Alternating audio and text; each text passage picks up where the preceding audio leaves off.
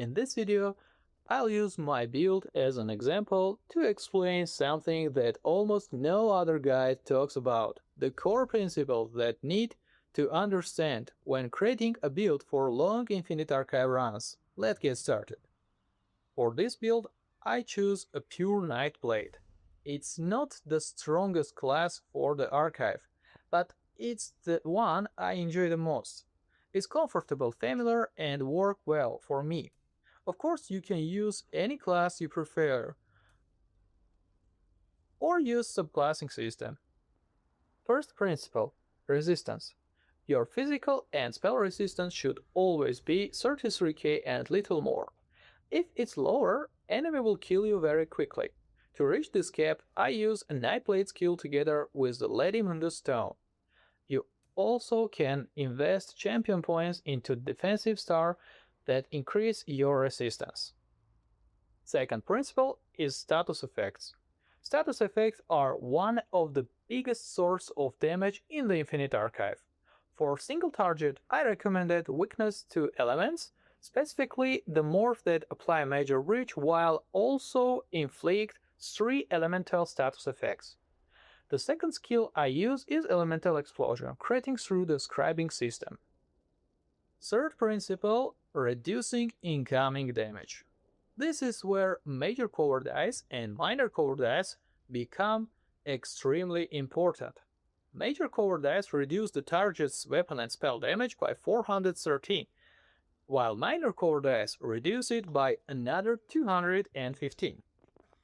Together, these debuffs reduce the damage enemies deal to you. Combined with high resistance, they make you incredibly difficult to kill. Why does this work? Every enemy has fixed weapon and spell damage value. By reducing those stats, you directly reduce their outgoing damage. These values don't scale with archive arcs, they stay the same. For major Cowardice, I use a Nightblade skill. For minor Cowardice, I once again rely on scribing. Fourth principle, Weakening Enchantment. This is probably one of the most underrated mechanics in the entire Infinite Archive. While major and minor Cowardice are great against regular enemy, they aren't enough against bosses, Toad, or Marauders.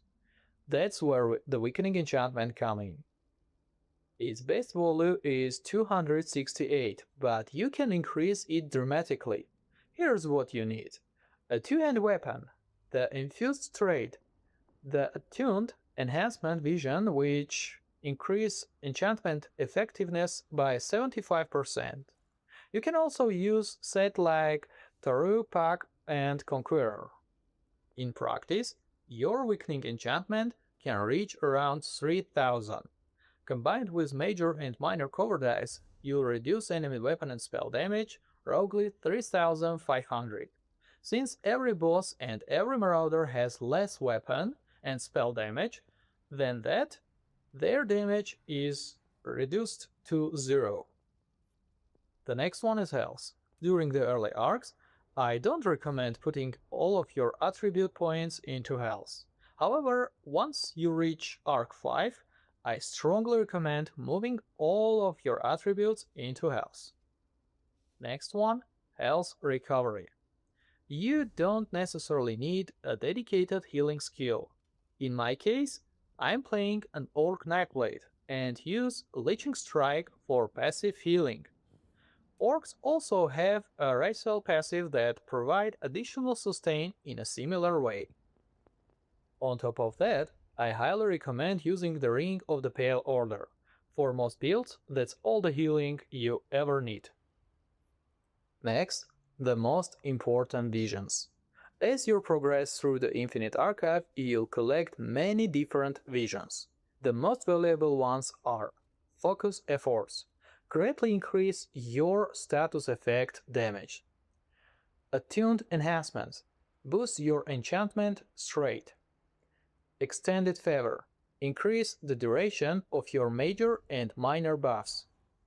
Piercing Perfection. Increase your offensive penetration.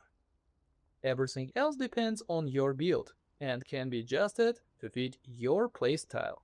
I hope you find this video helpful.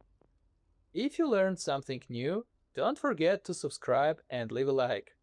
And let me know in the comments what strategies have worked best for you in the Infinite Archive.